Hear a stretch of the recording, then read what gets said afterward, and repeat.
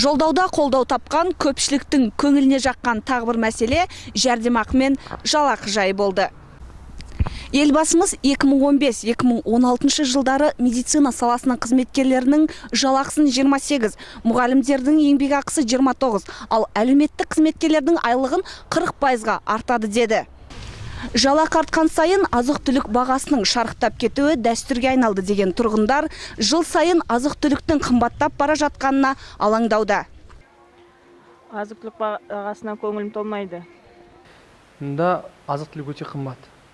Мысалы, мына жақта осы же Алматыда ет алатын болсақ, ең арзан деген кезде 1200-1300 аласыз. Тек қана сүйекпен. Ал біздің Түркістанда 1000 теңгеге етті аласың. Былай салыстырғанда айырмашылық бар. Пенсионерлердің көтереді пенсиясын, аржанын ұнның бағасын көтереді, макаронның бағасын.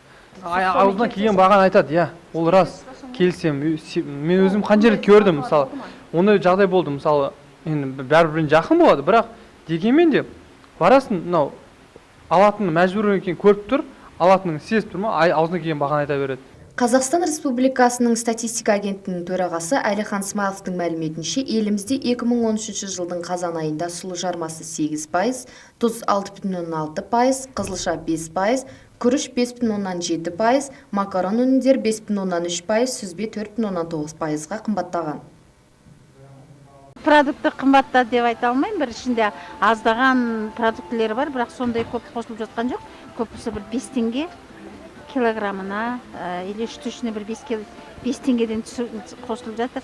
Былтырғы 13 жылдың аяғы декабрь, яғни қайырын октябрь, ноябрь, декабрьден бастап бүкіл базарда сауданың немесі азайып кетті. Базарда қандай баға саса, біз бәріміз соны ұстауға тырысамыз. Өйткені ол конкуренцияға бұл жерде. Мысалы, мен басқа бір жерде 450 сатып, мен наоборот түсіріп сатамыз керісінше.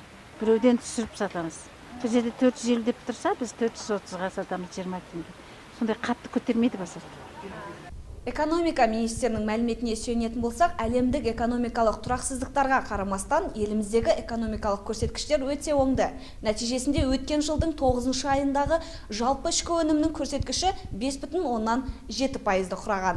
Экономиканың өсуіне тұрақты макроэкономикалық жағдай ықпал етіпті, ал инфляция 2013 жылдың қыркүйек айында жыл басындағы көрсеткішпен салыстырғанда бар болғаны 3,3%-ды ғана көрсеткен. Салыстырмалы түрде 2012 жылдағыдан 0,6%-ға төмендеген.